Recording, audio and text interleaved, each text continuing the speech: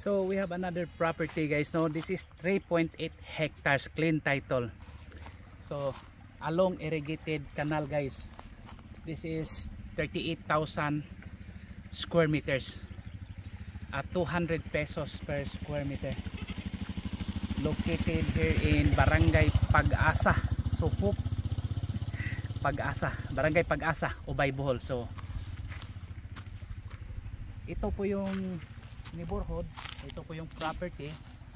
Actually it has mango trees, more or less hindi na masyado marami kasi naubos sa during bagyo, no? I will continue, no? So along irrigated canal, malapit lang to sa eskwelahan ng Barangay Pag-asa.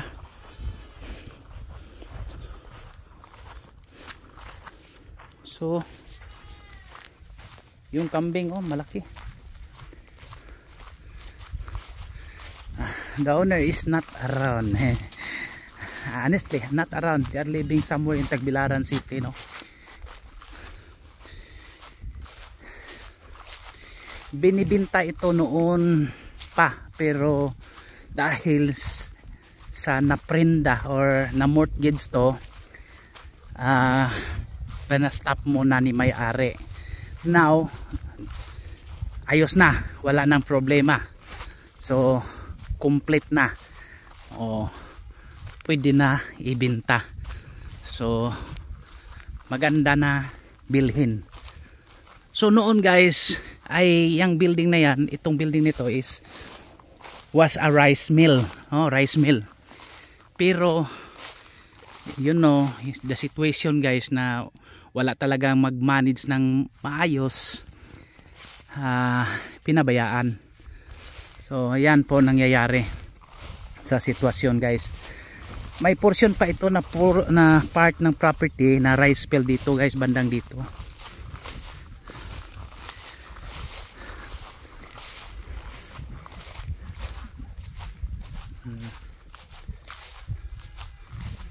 So it's really a big plot, which is ideal to have a farming or residential house.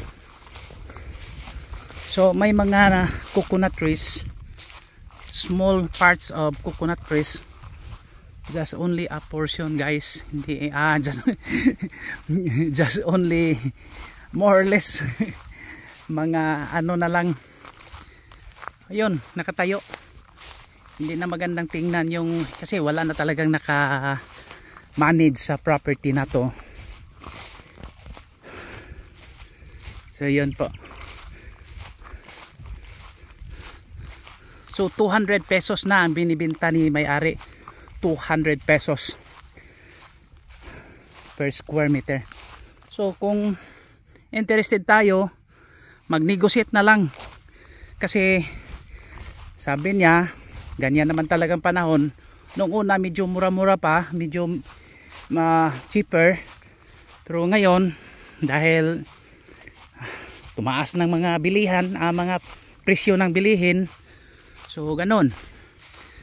So a little bit elevated guys, flat, maganda talaga ang hugis the terrain of the property. So marami kang magagawa.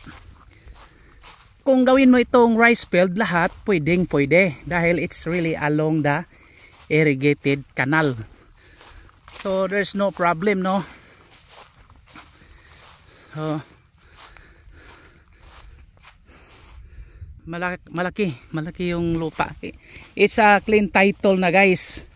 Noong naka-mortgage pa, hindi pa yun clean, pero ngayong nakuha na yung mortgage, wala na, clean title na talaga yan. So pwede na ibenta, mabinta. So it's really good. See, yan, it's part of the property pa rin yan guys. Makita mo, marami pa mga kuan, mangga, marami pa. Alam nyo guys, maganda dito mag rice mill tayo kasi halos lahat, no, mga we are surrounded by rice fields.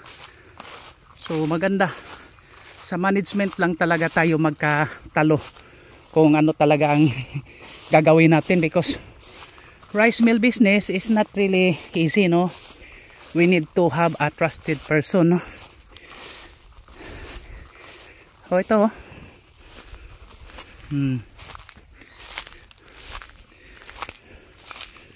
So maganda talaga guys kung may ano ka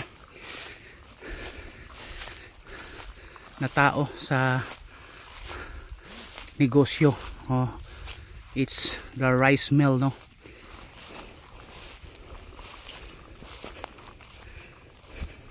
So ito po yung boundary. Maganda, oh. See? So let's continue to the neighborhoods guys, no? Walang problema, may maraming bahay diyan. May eskwelahan, public school. At kadalasan sa kalsada papuntan dito guys, concrete roads na. Except this one, in the front of the kwan. Hindi concrete pero maganda pa rin. Oh.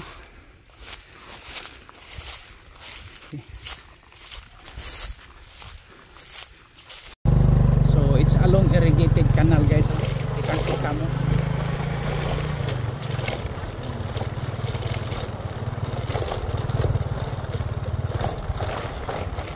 Marami neighborhoods yan, no? Marami. Pwede ka rin maligo dyan kasi limpyo man yan. Maliligo dyan, mga bata, ang dami.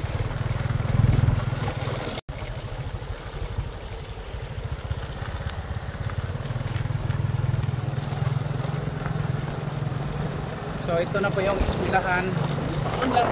Malapit lang yung marketing natin dito. Ito po yung sentro ng Barangay Pag-asa guys. Yung barangay hall. Nandyan. Eskwelahan.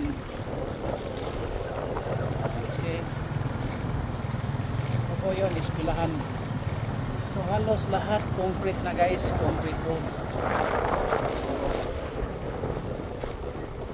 Maganda ang trafficking, at least, no, bagong concrete na yung daanan. Again, the property is located in Barangay Pag-asa, Ubay, Bohol.